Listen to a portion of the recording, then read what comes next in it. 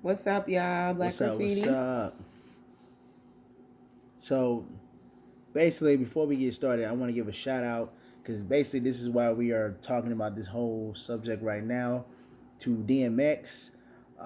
We wishing him a speedy recovery, which is really not going to be that speedy, but we still hope he pulled through.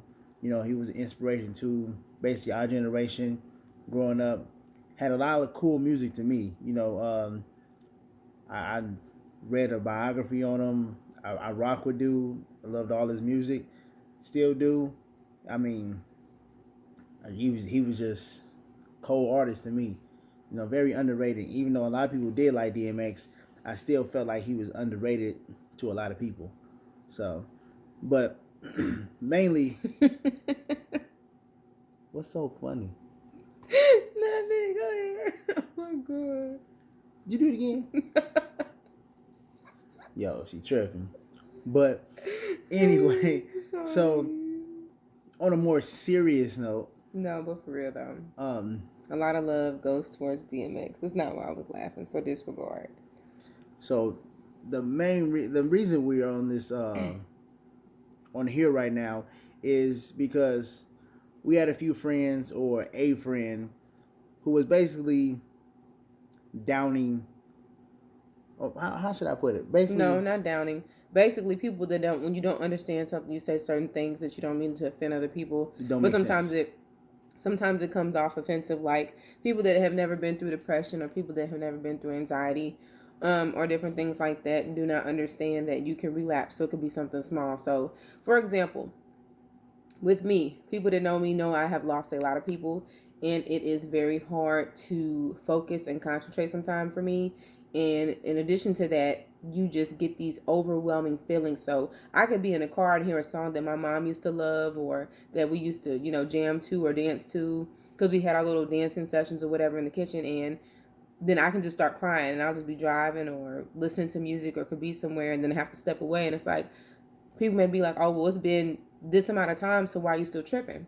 Or either like with my friend or whatever that mentioned what she said, she was like, with the whole little DMX thing, I wonder really what, basically she wanted to know what set him back to be in that type of environment to do what he did. And like I tried to explain to her, coming from a person that understands anxiety and understands depression and understands fighting your demons, it doesn't matter if it was a year ago, if it was 6 months ago, if it was 10, 20, 30 years ago. Those things can still have a strong effect on you depending on what you go through in your life currently. If it's something that reminds you of the past, or something that, let's say, you're going through a hard time at that point in time, and you can relapse. It could be something small and it just gets you. It could be, you haven't picked up a drink in 10 years, right? You're doing good, but then something happens in your life and you go somewhere and you don't have that same ability to say no because you so down. So you take a shot and it goes from there. It's the same thing with depression and anxiety. That's the start of it, and that's how it goes. But I just think that basically people that don't really understand it, um, they say certain things, and we have to also take an accountability that they don't understand it. But at the same time, like, you have to try to understand other people's points of view, and don't just call it stupid, or don't call that person stupid because they had a relapse, because that's nothing that they truly wanted to do. Like, I had an uncle, loved him to death, only father figure I knew, and unfortunately, a part of his cause of his death was picking up the drink again, because of depression, though, because of things. And it had been years since he touched a bottle. Because things in his life Years. that happened that set him back. Set him back. But also, what was said was, well, he has money. I don't care what money you have in the world. Your money can't outrun demons. It can't. Money can't buy, you know, um, buy happiness. That just came out of nowhere. But money cannot take away the demons that you had prior. It can't. I don't care how much money you have in the world. That's why people say more money, more problems, because as you start to make more money, you start to have more problems. Yeah. But even if you've had, let's say, you've had a troubled childhood, you've been in and out of homes or families, and then let's say you came up on some money. Well, as you get older, or when you have this money as you become older, that's not going to take away from you being in and out of homes when you were younger. You're still gonna have that instability and like, okay, I have issues here. I mean, that at that point in time, people feel like, they're not a part of something. So when you become a part of something, you start acting funny because you're not used to that. You always feel like something bad is going to happen in the end, or someone's going to turn to you, or you're going to feel neglected some point in time in your life. No matter how much money you have, it's not going to take away that feeling.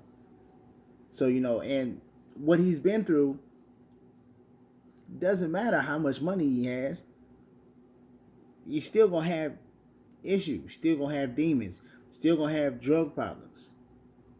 Drugs are everywhere now these days, everywhere. And it's easily accessible. And you also have people that are waiting for your downfall. So that too, you have people that slip you stuff and you don't know. And then the other thing is people also tend to think that, because you have money, you can just get up and go on a vacation.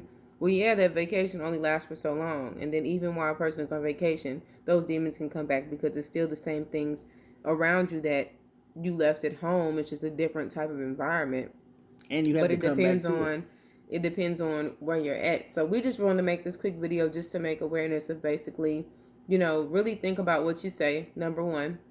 Number two, realize that everybody goes through stuff. So just how you, me, him, whoever goes through things, other people go through things too. And don't always assume the worst about somebody. Don't always assume like, oh, well, I know they weren't going to be no good. I know they weren't going to stay off of drugs. It's only been a year and but you don't know what they're fighting. It's on top of other things. It's on top of stuff that they've been through in their past that maybe they decided not to talk to you about, or they decide not to disclose to you about. But that's something that you have to take in consideration.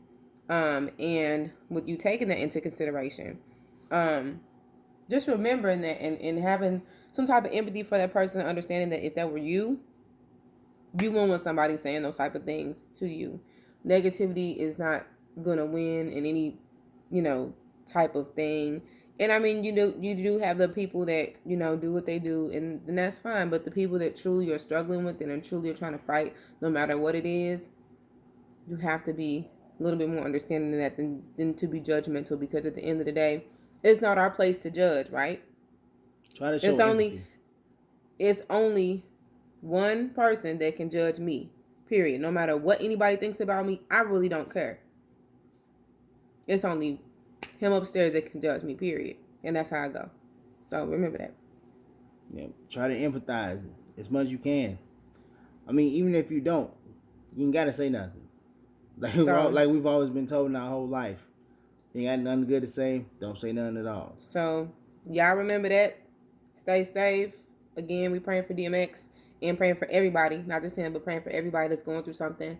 Because believe me, I know. I go through it too. We all do. Peace.